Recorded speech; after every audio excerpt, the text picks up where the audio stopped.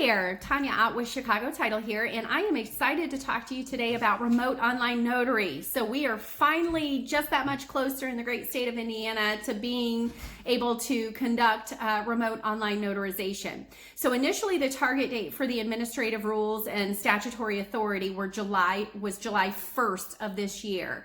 But Governor Holcomb's office, the Secretary of State, I know ILTA, Indiana Land Title, and mortgage bankers, a lot of groups were working diligently to kind of push this legislation through to give us another safe, convenient closing option. And I'm excited to announce that the statutory authority and administrative rules went into effect March 31st of this year. So they have gone into effect. But wait, there's more. There are a couple of things that still have to be completed before I can actually conduct a remote or electronic online notarization. So first and foremost, the Secretary of State has to approve the technology platforms that are being used to conduct these notarizations. So they are presently vetting those companies, and they will be posting them on the Secretary of State's website just so that title vendors and any other Indiana notaries that want to apply to be able to do electronic notarizations will know what companies are approved by the state in terms of the technology platform. So that's sort of phase one. And what we've been told is that process, they're looking at being about 3 to 4 weeks out from March 31st. So, we're looking end of April, possibly into the 1st of May, but that's one of the things that needs to be completed before we can conduct them. The second thing that needs to be done is that as an Indiana notary, I have to submit an application to be able to perform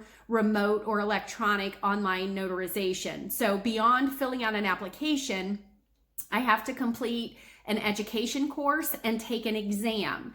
Now, those two pieces are being administered by the NNA, which is the National Notary Administration, and the Secretary of State has indicated that course and exam should be available by April the 7th. So we can't get our hands on it just yet, but it's not terribly far away. So just know that Indiana notaries have to complete a process before we can do notaries. We just don't naturally have the ability to do that without getting the proper certification. So the other piece is, which I alluded to before, is that there has to be an approved technology vendor. Now, one thing that I'm very excited about is that, working for Chicago Title, we're a national company. So we are performing remote notarizations across the country in a number of states where it's already permissible and allowed. So we have a couple of technology vendors that we've already partnered with, have a great working relationship, that are being utilized in a number of states. So we certainly anticipate that these will be approved vendors in the state of Indiana as they are in many others. And that will allow us to sort of hit the ground running with being able to conduct these remote notarizations. Now, beyond that, we're getting questions in terms of, okay, so can we do a remote close notarization for all parties in a transaction? Or what does that look like? Or where do we think this most commonly is going to fit?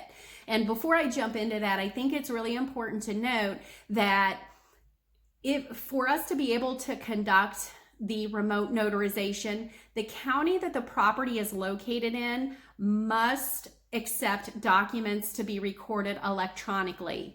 If the county does not accept documents via e-record, then this is not an option available for closing. So in central Indiana, that's the market I happen to be in, pretty much Marion and all our surrounding counties do offer e-recording, and that's commonplace. In our Northwest Indiana operation, I'm not as familiar, so I would encourage you to reach out to your team there if you're watching and you're in that part of the state. But that is first and foremost. The county has to accept e-record. Secondly, in terms of what parties this is probably going to be most applicable to, we certainly see this helping out with the with power of attorneys especially. So we get tons and tons and tons of requests for power of attorneys. Pre-pandemic, during pandemic, I presume we'll have many, many requests post-pandemic. But this certainly would be a great opportunity to utilize the service.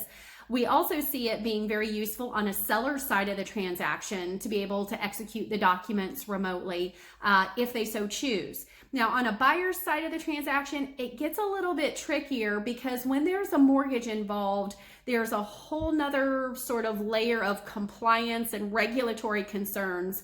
And I would encourage you to speak with your mortgage lending partners as to whether or not they will allow it on a buyer's side of the transaction.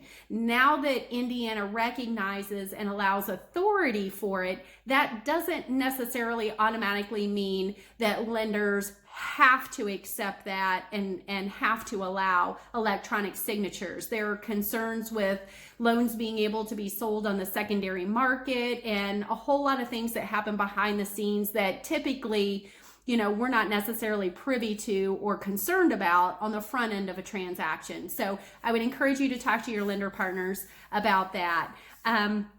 Other than that, hopefully this kind of gives you the long short of remote online notary in Indiana and where we are. If you have any questions, I certainly encourage you to drop those in the comments below. You can certainly reach out to myself or any member of my sales team.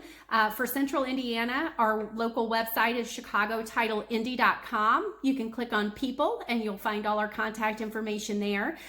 If you are in the northwest part of the state, you can go to northwestindiana.ctic.com. Click on people and you'll see our fabulous team up there as well. So thank you so much for your time and attention. If you have any other questions, we are here to be a resource. So please do not hesitate to reach out.